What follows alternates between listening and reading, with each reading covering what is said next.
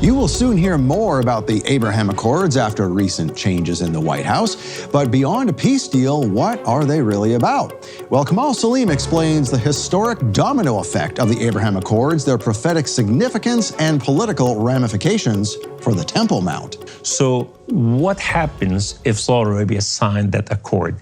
Number one, Saudi Arabia has to recognize Israel is a sovereign nation. And who is Saudi Arabia? The head of the Sunni Muslim world.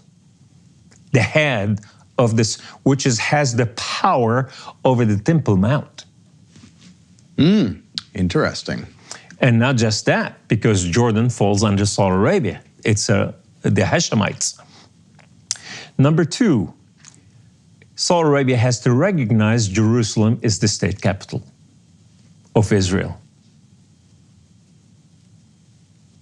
Number three, Saudi Arabia has to allow Israel to build the third temple. That's the big one. And that is between Al-Aqsa Mosque and between Dome of Rock. And so, therefore, how will Saudi Arabia allow this? The only way it can allow is to put their money in.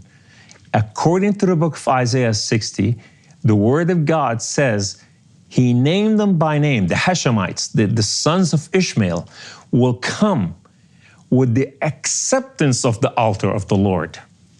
And they will lay their gold and silver at the altar of the Lord.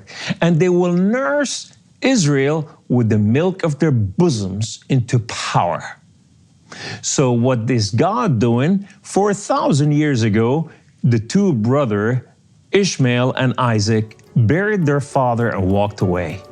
But the time has come before the coming of the great king, before the end of the age of the Gentile, that God is joining the brothers.